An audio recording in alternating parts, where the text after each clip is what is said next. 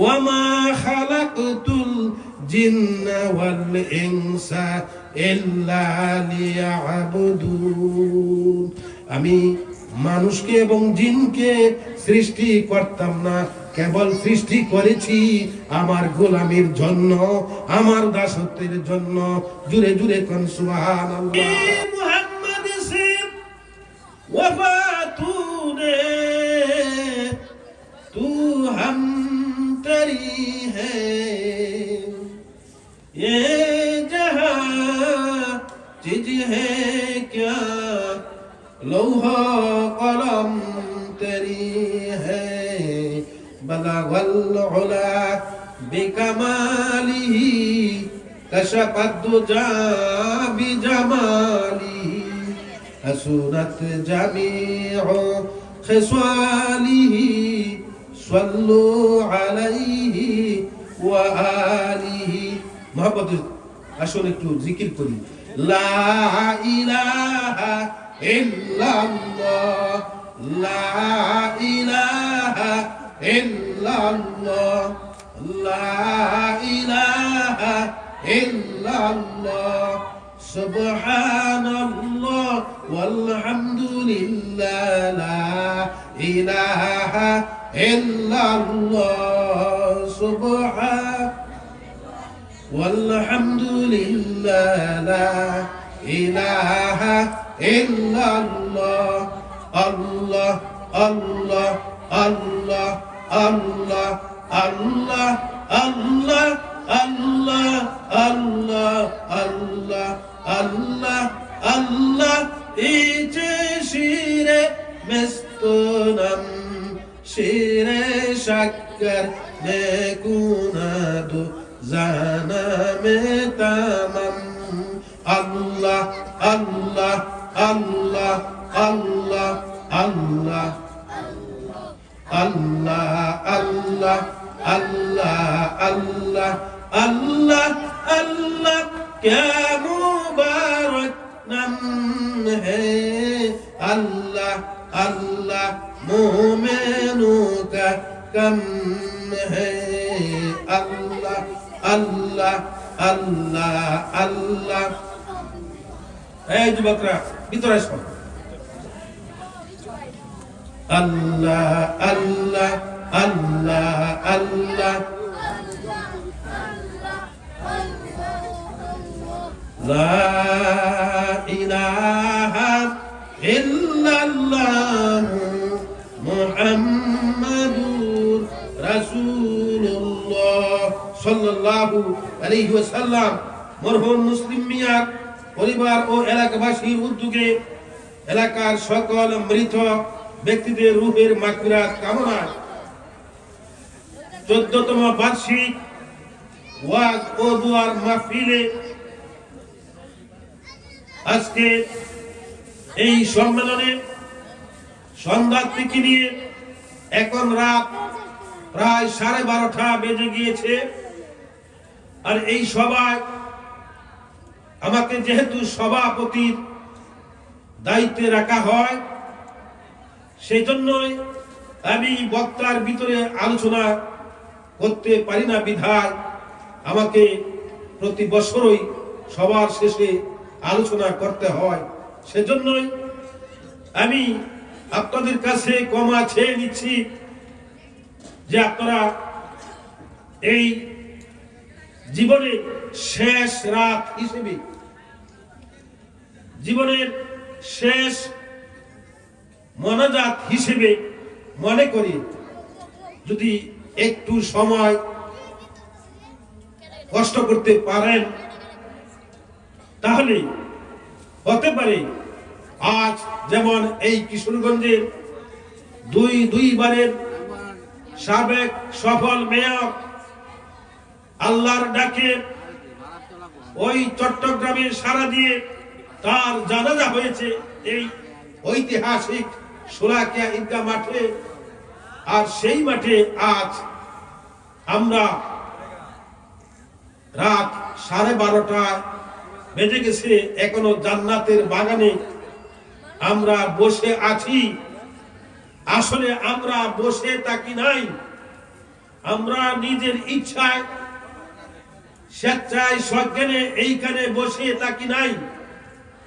আমাদেরকে একজন বসিয়ে রেখেছেন। তিনি কে? তিনি আমাদের আল্লাহ। তিনি যদি আমাদেরকে এইখানে বসাইতেন, আগে ভাগে যদি বসাইতেন না, তাহলে আমরা এখানে আসতেও পারতাম না। তিনি আমাদেরকে এনেছেন আর তিনি আমাদেরকে এখানে বসিয়ে রেখেছেন। সকলে বলেন আলহামদুলিল্লাহ। আবার যে আমরা এখান থেকে যেতে পারবো সেই গ্যারান্টি আমি বেলালি দিতে পারি না, সেই গ্যারান্টি আপনিও দিতে পারবেন না। সেই গ্যারান্টি রয়েছে সেই আল্লাহ, যে আল্লাহ আমাদেরকে এই এলাকার মানুষ থেকে বাছাই করে এখনো আমাদেরকে কোরআন ও হাদিসের আলোকে আলোচনা শুনবার জন্য, জানবার জন্য বসিয়ে রেখেছেন। যে আল্লাহ পাক তার অপার করুণা আমাদেরকে শেষ মোনাজাত পর্যন্ত বসিয়ে রাখবেন, সেই আল্লাহর সমীপে প্রাণ খুলে হৃদয় উজাড় করে উচ্চ কণ্ঠে সমস্বরে আমরা বলে ফেলি আলহামদুলিল্লাহ, আলহামদুলিল্লাহ, হামদান কাসীরান তাইয়িবান মুবারাকান ফীহি ইয়া রাব্বি লাকাল হামদু কামা ইয়ানবাগি লি জালালি ওয়াজহিকা ওয়া আযীমি সুলতানিকা। মহান রব্বুল আলামিনের দরবারে আলোচনার শুরুতেই আমরা কৃতজ্ঞতা জানাচ্ছি, শুকরিয়া জ্ঞাপন করছি।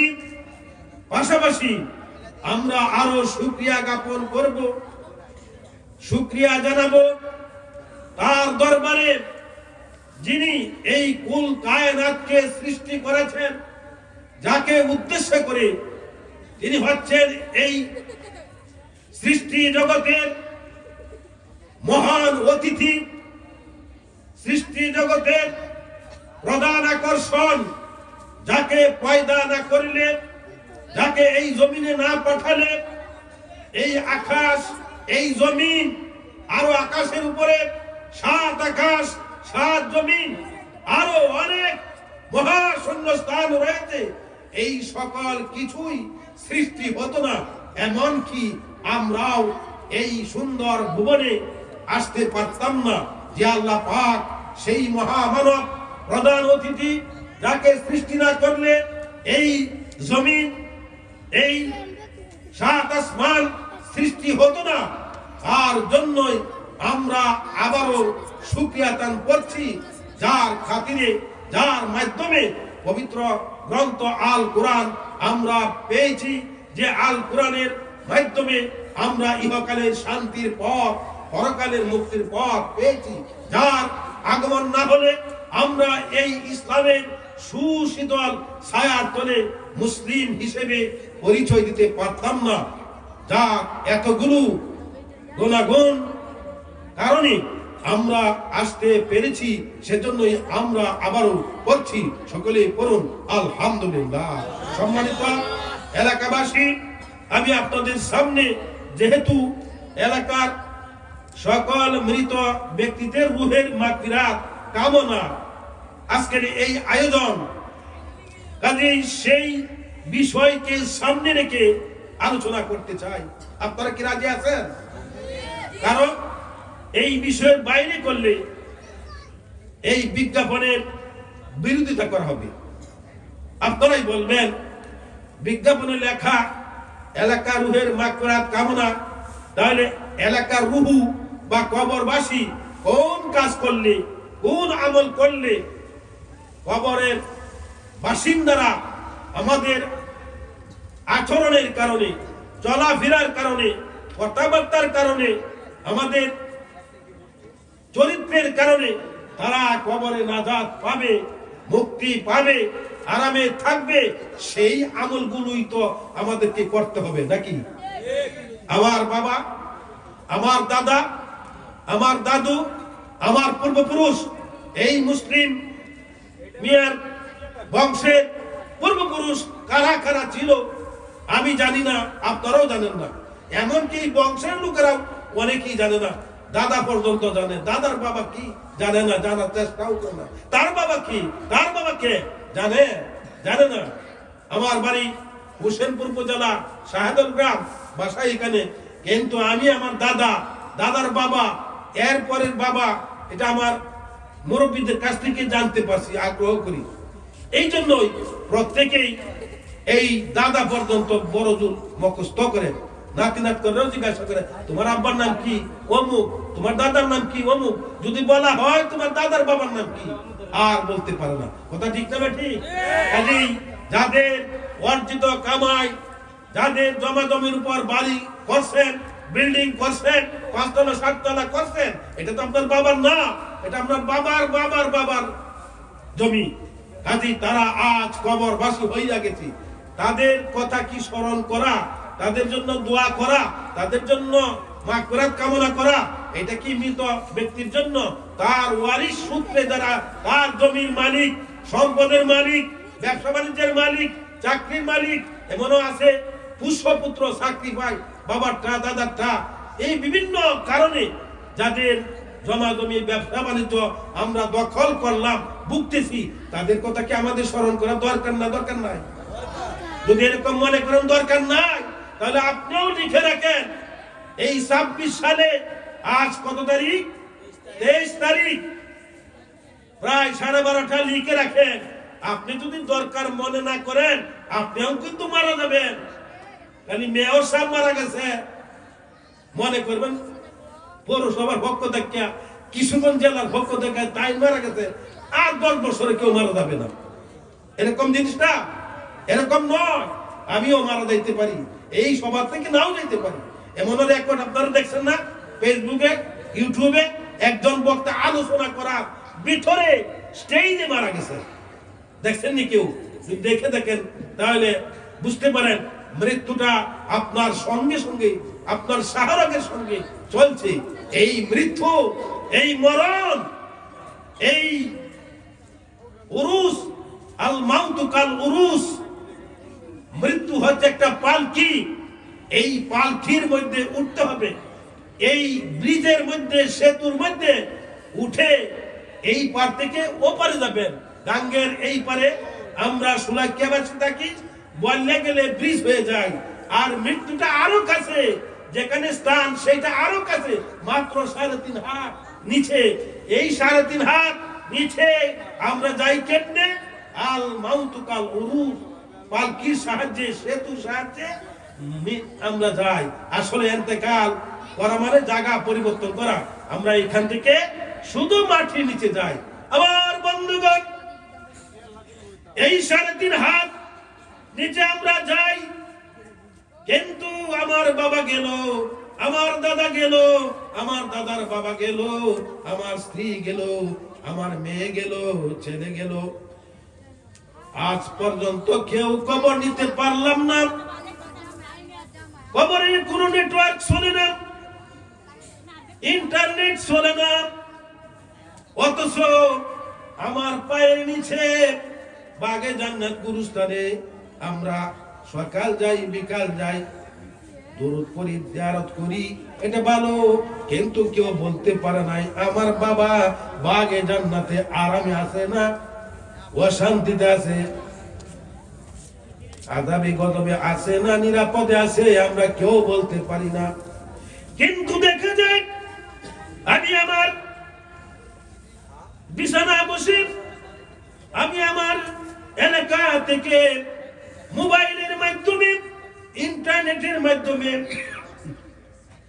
ইচ্ছে করলে আমেরিকার খবর নিতে পারি। আমেরিকা আমার ছেলে কোন অবস্থা আছে, আমার মেয়ের জামাতা কোন অবস্থা আছে, ভালো আছে না অসুস্থ আছে, খবর নিতে পারি। সিঙ্গাপুরের খবর নিতে পারি, ইটালির খবর নিতে পারি, সৌদি আরবের খবর নিতে পারি, মালয়েশিয়ার খবর নিতে পারি। এমন কোন দেশ নাই যে কবরটা আমি এই কিশোরগঞ্জ শহর থেকে নিতে না পারি। এত দূরের কবর নেওয়া যায়, কবর দেওয়া যায়, ভালো মন্দ কৌশল বিনিময় করা যায়, কোনো প্রকার অসুবিধা হয় না। কিন্তু আমার বাবা, আমার দাদা, আমার মা, আমার বোন, আদরের স্ত্রী মারা গেল, আজ পর্যন্ত কবর নিতে পারলাম না। সেই কবর না নেওয়াতে কোনো দোষ নাই, এটা আল্লাহর ওই বিধান। কিন্তু সেই কবরবাসীর জন্য দুনিয়ার বাসী, বিশেষ করে তার ঔরসজাত সন্তান, যেমন আপনাদের এলাকার কৃতি সন্তান, আজকের এই ওয়াজ মাহফিলের আয়োজক জনাব নাদিম আহমদ গোলাপ, তার মা বাবাকে স্মরণ করে, তার ভাইও মারা গিয়েছে, তাদেরকে স্মরণ করে তাদের নাম দেওয়া হয় নাই, কিন্তু এলাকার নাম দিয়ে তার মনটাকে বড় করলো। অপরদিকে তার এলাকার যত বংশ আরো যারা বাহির থেকে আসছে, সকলের উদ্দেশ্যে আজকের এই আয়োজন। আমার বন্ধুগণ, সেজন্য আসুন আমরা এই গোলাপ নাদিম আহমদ গোলাপ মিয়ার পরিবার থেকে শুরু করে বংশের লোক যারা কবরবাসী হয়ে গেছে, এই মাঠের আশপাশ যারা বাহির উপজেলা থেকে, জেলা থেকে, বাংলাদেশের বিভিন্ন এলাকা থেকে কিশোরগঞ্জ চাকরি করে বাসা বাড়ি বেঁধেছেন, নিজের মা বাবার কবরে যেতে পারেন নাই, নিজের মা বাবার কবরে যাইতে পারেন নাই, দাদা দাদুর কবরে জিয়ারত করতে পারেন নাই, সময় পান না। আমরা এই মাহফিল থেকে আজকে আমরা আমাদের পূর্বপুরুষ সহ মাতৃবংশ, পিতৃবংশ যারা কবরবাসী হইয়াছে, তাদের নামে আমরা আল্লাহর কাছে ক্ষমা চাই। আল্লাহ, তুমি আমাদের সকলের মৃতবাসী আত্মীয় স্বজন সহ আব্বা আম্মার কবরটাকে জান্নাতের বাগিচা বানায় দাও।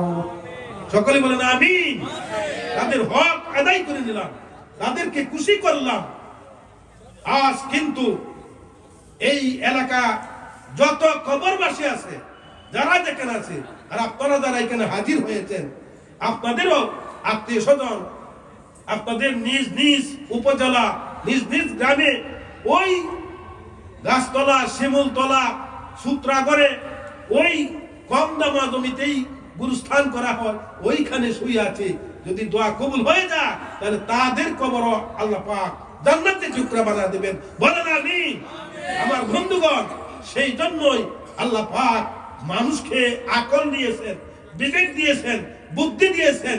এই আকল দিয়ে, বিবেক দিয়ে, বুদ্ধি দিয়ে বিচার বিশ্লেষণ করবে কোনটা আল্লাহর পথ, কোনটা শয়তানের পথ, কোনটা ভালো, কোনটা মন্দ, কোনটা জায়েজ, কোনটা না জায়েজ, কোনটা বৈধ, কোনটা অবৈধ, কোনটা যৌক্তিক, কোনটা অযৌক্তিক, কোনটা হালাল, কোনটা হারাম। এইভাবে একটা মানুষ তার ব্যক্তি জীবন, পারিবারিক জীবন, সামাজিক জীবন, রাষ্ট্রীয় জীবন, আন্তর্জাতিক জীবন, যত জীবন আছে, যত প্ল্যাটফর্ম আছে, যত ক্ষেত্র আছে, শিক্ষিত হোক, অশিক্ষিত হোক, ধনী হোক, গরিব হোক, ব্যবসায়ী হোক, ইঞ্জিনিয়ার হোক, ডাক্তার হোক, এমপি হোক, মন্ত্রী হোক, আর প্রধানমন্ত্রী তো এখন নাই, এখন আছে ইউনূস। দেশ যদি বিপদে পড়ে নাম নিবেন ডক্টর ইউনূস। দেশ বিপদে পড়লে, মাস্টার বলতেছি, দেশ বিপদে পড়লে কার নাম নিবেন? ডাক্তার ইউনূস। আর ব্যক্তিগত আপদ বিপদে পড়লে দোয়া করবেন দোয়া ইউনূস। দোয়া কোনটা করবেন? দোয়া ইউনূস। ডক্টর কোনটা দেন? এবেলা কোন লাগবে? দোয়া ইউনূস, আপদ বিপদ থেকে বাঁচার জন্য। আর দেশকে বাঁচাইতে হইলে তারা নিছে জুলাই যোদ্ধারা। জুলাই যোদ্ধারা কারে নিছে? ডক্টর ইউনূসকে। গুরিয়া গিয়ে তাইনের নামে। অথচ এক শ্রেণী মানুষ বলে আনছিল এই সুদকুর লোকের, এরকম কয় না? কাজে সুদকুর তাক আর যেটাই তাক, দেশটা তো আপাতত তার মাধ্যমে কি করা হয়েছে? একটু স্থিতিশীল করা হয়েছে, কিন্তু রাখতে পারে নাই। চতুর্দিক থেকে মানুষ ডাকাইতের মতন, কুকুরের মতন, শকুনের মতন চুরের মতন সাবায়া সাবায়া খাইতেছে লুটপাট করে, কয়টা সামাল দিব? কথা ঠিক না বেঠিক? এই জন্যই এই বিপদ মুহূর্তে তারে বসাইছি। আর আরো বিপদ যদি বাজিয়ে যায় বেশি, তাহলে পড়বেন দোয়া ইউনুস, লা ইলাহা ইল্লা আনতা সুবহানাকা ইন্নী কুনতু মিনাজ জালিমিন। কাজেই এটা পড়লে স্বীকার করা হয়, আয় আল্লাহ, তুমি ছাড়া আর কোনো মাবুদ নাই, তুমি একমাত্র আমাদের মাবুদ, তুমি আল্লাহু আকবার, তুমি সবচেয়ে বড়। এই কথা স্বীকার করবেন আর নিজেকে আসামি মনে করবেন, অপরাধী মনে করবেন। আমি নিজেকে অপরাধী মনে করব, মহা পাপী মনে করব, মহা অপরাধী মনে করব। এইভাবে যখন আল্লাহর কাছে একটা মানুষ তার অতীত জীবনের গুনার কথা স্মরণ করে নিজের উপর নিজের গুনাহ সাব্যস্ত করে যখন স্বীকার করে আমি অপরাধী, আমি আসামি, আমার মতন পাপী, আমার মতন অপরাধী আর কেউ নাই, এই রকম অপরাধ স্বীকার করলে আল্লাহ বলে ফেরেশতাদেরকে নিয়ে, ও ফেরেশতারা, তোমরা সাক্ষী থাকো, তোমরা সাক্ষী থাকো, আমার বান্দা ইউনুস নবী অপরাধ করেছিল, আল্লাহর পারমিশন ছাড়া দেশ ছেড়ে পলায়ন করতে চেয়েছিল। আল্লাহ পাক সাগরের মধ্যে যখন চললো, জাহাজ সামনে চলে না, লটারি দিল, লটারির মধ্যে বাসলো যে অপরাধী, ওই অপরাধী এই জাহাজে চলমান যাত্রা করছে, এই আসামি কারণে জাহাজ সামনে যাবে না। লটারি দেওয়ার পরে 3 বার ইউনুস নবীর নাম আসলো। এবার ইউনুস নবী তো আল্লাহর নবী, অপরাধী হইল, আল্লাহর সঙ্গে গুসা করিয়া চইলা গেছিল। এই ইউনুস নবী স্বীকার করলো, আমি অপরাধী, আমাকে সাগরে ফেলে দেন।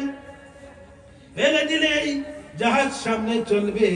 ইউনুস নবীর চেহারা দেখে, তার চেহারা সুন্দর চেহারা, নুরানি চেহারা দেখে সবাই বলল, না না, উনি আসামি হইতে পারে না, পাপী হইতে পারে না, এমন চেহারা দেখা যায়, চেহারা সাক্ষী দে উনি একজন নেককার মানুষ, কাজে উনাকে আমরা সাগরে নিক্ষেপ করতে পারি না।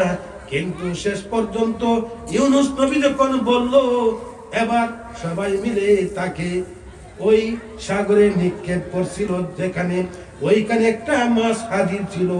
ওই মাছ তাকে গিলে ফেলল। আল্লাহ বলল, মাছ রে, আমার ইউনুসকে গিলতে পারবে, আমি অনুমতি দিলাম, কিন্তু তাকে হজম করতে পারবে না। তুই ফ্রিজ হিসাবে, ফ্রিজের মধ্যে যেমন আমরা গোশত ঢুকায়া রাখি, মাংস ঢুকায়া রাখি, অন্যান্য ফল ফলাদি ঢুকায়া রাখি, প্রয়োজনে বের করে আমরা পাক শাক করি, ঠিক না? আল্লাহ পাক ইউনুস নবীকে লক্ষ্য করে মাছকে সম্বোধন করে বলল, ও মাছ, ও মাছ, আমার ইউনুস নবীকে তুই ফ্রিজের মতন গিলে রাখ, আটকে রাখ, কিন্তু সাবাইতে পারবে না, গিলতে পারবে না, হজম করতে পারবে না।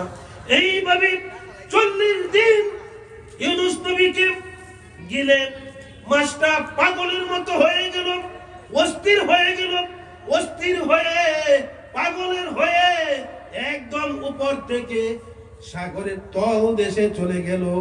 ইউনুস নবী, আপনি আর কত বিপদে পড়েন, আল্লাহকে বইলা যান। ইউনুস নবী 3টা অন্ধকার জগতের ভিতরে পড়ে গেল। একটা হইল পানির নিচে সূর্যের আলো পৌঁছে না, পানির নিচে এমনিতেই অন্ধকার, পানির নিচে এমনিতেই অন্ধকার। প্রথম অন্ধকার পানির নিচে, দ্বিতীয় অন্ধকার আরেকটা মাছের পেটে, তৃতীয় অন্ধকার এই মাছটারে তাফসীরের মধ্যে আছে আরেকটা মাছ তাকে গিলে ফেলছে। এবার কয়টা অন্ধকার হইল? 3 প্রকারের অন্ধকারের মধ্যে পড়ে ইউনুস নবী সাগরের তল দেশে গিয়ে সেইখানে গিয়ে দিয়ে ছোট্ট ছোট্ট কঙ্কর পাথর, নুরি পাথর থেকে আওয়াজ আসতেছে, আল্লাহ আল্লাহ আল্লাহ আল্লাহ আল্লাহ আল্লাহ আল্লাহ আল্লাহ আল্লাহ আল্লাহ। এইরকম সুন্দর সুরে মধুর সুরে যখন আওয়াজ আসতেছে ইউনূসের কানে আসলো, ইউনূস নবী জাগ্রত হয়ে তার হুঁশ ফিরে আসলো। হায়রে, আমি কোন জায়গায় বিপদের পতিত হইলাম, বিপদের পর বিপদ, অন্ধকারের পর অন্ধকার, আর একটা অন্ধকার। আমি যে বিপদের সম্মুখীন হয়েছি, যেখানে পৃথিবীর কোনো আলো আসে না, পৃথিবীর মানুষ আমি যদি চিৎকার করে আমার ডাক শুনবে না, আমাকে দেখবে না, কে বাঁচাবে? তিনি সঙ্গে সঙ্গে নিজের অপরাধের কথা স্বীকার করলেন। আয় আল্লাহ মাবুদ, ও প্রভু আল্লাহ গো, আমি না তোমার সঙ্গে গুসা করে আমি পলায়ন করতে গিয়ে রাস্তায় নদী পড়লো, সাগর পড়লো, আর সেইখান থেকে আমি মাছের পেটে। ও মাবুদ, তুমি তো এমন আল্লাহ, তুমি তো সব জায়গায় দেখো, সব কিছু শুনো। আল্লাহ, আমি অপরাধ হিসেবে স্বীকার করলাম। তিনি পড়লেন লা ইলাহা ইল্লা আনতা সুবহানাকা ইন্নী কুনতু মিনাজ জালিমিন। এইভাবে তিনি যখন পাঠ করতে শুরু করলেন, 40 দিন থাকার পর এক চিল্লা হইল। 40 দিন থাকার পর আমার আল্লাহ মাছকে অর্ডার করলেন, ও মাছ, তুই আমার গোলাম, সৃষ্টি মাছ, আর আমার বন্ধু তিনিও আমার গোলাম। আমার গোলাম আমাকে ডাকছে আর বলছে সে অপরাধী। আমি আল্লাহ তো এমন নিষ্ঠুর নই, আমি আল্লাহ তো কঠিন নই, আমি আল্লাহ তো এমন, আমি রহমান, আমি রাহিম, আমি গাফফার, আমি গাফুর। আমার এই সব গুণাবলী থাকার কারণে এরপরেও যদি আমি আমার বান্দা বিপদরত অবস্থা আমাকে ডাকছে আর বলছে অপরাধী, আমি তারে মাফ করে দিলাম। আল্লাহ পাক মাছকে বলল, মাছ রে, তুই নদীর নিচ থেকে গভীর পানি থেকে উপরে উঠে আয়, আইসা বালুর স্বরে তুই ইউনূস নবীকে ভূমি করে দে। মাছ আল্লাহর অর্ডার পাইয়া ইউনূস নবীকে বালুর স্বরে ভূমি কইরা দিল। ইউনূস নবীর চেহারা ফ্যাকাশে হইয়া গেছে, নরম হইয়া গেছে। এমন সময় রৌদ্রের তাপ ইউনূসের সহ্য হয় না। এমন সময় আল্লাহ পাক তার হুকুমে একটা লাউ গাছ সৃষ্টি করলেন। লাউ গাছটা সঙ্গে সঙ্গে বড় হয়ে গেল, পাতাও বড় হয়ে গেল, কারণ শরীরটা নরম। এত নরম, মাছি বসলেই সঙ্গে সঙ্গে কলেরা হয়ে যাবে, বিভিন্ন রোগে ভাইরাস আক্রান্ত হয়ে অসুস্থ হয়ে যাবেন। এই লাউ গাছ যেখানে থাকবে সেইখানে মশা মাছি বসে না, আসে না। এই মশা মাছি আক্রান্ত দেখি লাউ গাছ বানাইয়া আল্লাহ পাক ইউনূস নবীকে ছায়া দিলেন, অপর দিকে লাউ গাছের ফল খাওয়াইয়া তারে অতি সহজে সুস্থ করে দিলেন। এটা বিরাট ঘটনা। আমি এই দিকে যাব না। আমরা বাংলাদেশের মানুষ বিভিন্ন বিপদে পড়ি, বিপদে পড়া আমরা বলতে দেখি, বিশেষ করে মহিলারা বইলা থাকে, বলে আল্লাহ বিধি আমার এই দেখছে, আজকে দান দিয়ে জোর দিছি, আজকে দিন অন্ধকার হয়ে গেছে, আন্ধার হয়ে গেছে, আল্লাহর গালি দিতে কার থেকে। এইভাবে সংসারের স্বামী স্ত্রীর মধ্যে কোনো গন্ডগোল হইলে বলতে থাকে, মাল্লার স্বামী আমার শান্তি দিল না, আমার কপালটা এত খারাপ। এইভাবে আমরা অধৈর্য হয়ে আল্লাহকে গালি দেই, সময়কে গালি দেই, সূর্যকে গালি দেই, চন্দ্রকে গালি দেই, মাসকে গালি দেই। এই যে গালি দেই, এই যে আল্লাহর পরোক্ষভাবে এটা মাসকে গালি দেওয়ায় না, সময়কে গালি দেওয়ায় না, এটা মূলত আল্লাহকেই গালি দেওয়া হয়। সূর্যের ক্ষমতা আছে আলো দেওয়া, তাপ দেওয়া, যদি আল্লাহ না দেয়। চন্দ্রের আছে, এই যে জ্বর তুফান আসে, জ্বরের ক্ষমতা আছে, তুফানের ক্ষমতা আছে। এই বিপদ কে দেয়? আল্লাহ দেয়। এই সময় আমাদেরকে ধৈর্য ধারণ করতে হবে আর বলতে হবে, আল্লাহ তুমি যেভাবেই রাখছো আলহামদুলিল্লাহ, ভালো রাখলেও আলহামদুলিল্লাহ, দুঃখে রাখলেও আলহামদুলিল্লাহ, এই পরীক্ষায় যে টিকতে পারে তাকেই বলা হয় আল্লাহর গোলাম। বলেন সুবহানাল্লাহ। গোলাম দুই প্রকার, একটি গোলাম হচ্ছে আল্লাহর বাধ্যগত গোলাম, বাধ্যগত গোলাম, আর একটি গোলাম হচ্ছে অবাধ্য গোলাম। আপনার সন্তান দুটি আছে বা তিনটি আছে, কোন সন্তান মা বাবার বাধ্যগত সন্তান, এই সন্তান মা বাবার ইশারা ইঙ্গিত দ্বারা কোনো কাজ করে না। যদি বলে মা লেখাপড়া করো, বাইরে যাও না, মোবাইল হাতে নিয়ে বাইরে কথা কইও না, পর পুরুষের সঙ্গে কথা কইও না, মেয়ে চোখ, ছেলেটাও চোখ, এইরকম সন্তানকে বাধ্যগত সন্তান বলে। আবার কিছু সন্তান আছে অবাধ্য সন্তান, অবাধ্য গোলাম। এই অবাধ্য সন্তানগুলি, অবাধ্য গোলামগুলি এটা আল্লাহর অবাধ্য। তাহলে বাধ্যগত সন্তানের যেমন মাতা পিতার কাছে প্রিয় থাকে, আদরণীয় থাকে, এমনি ভাবে অবাধ্য সন্তানের প্রতি মা বাবা যেমন বেজার থাকে। প্রয়োজনে কোন পিতা মাতা ত্যায্য পর্যন্ত করে, বাড়ি হারা করে, সম্পদ হারা করে। আল্লাহ পাক বলেন, বন্দারে তোরা আমি এত কিছু দিলাম, এই আকাশ জমিন চন্দ্র সূর্য গ্রহ নক্ষত্র যা কিছু আছে সব কিছু মানুষের গোলামি করছে। এই যে আকাশের তারকা দেখেন, এই তারকাগুলিও মানুষের সেবা করছে। যারা জলপথে, যারা নৌযান জাহাজ স্টিমার চালা,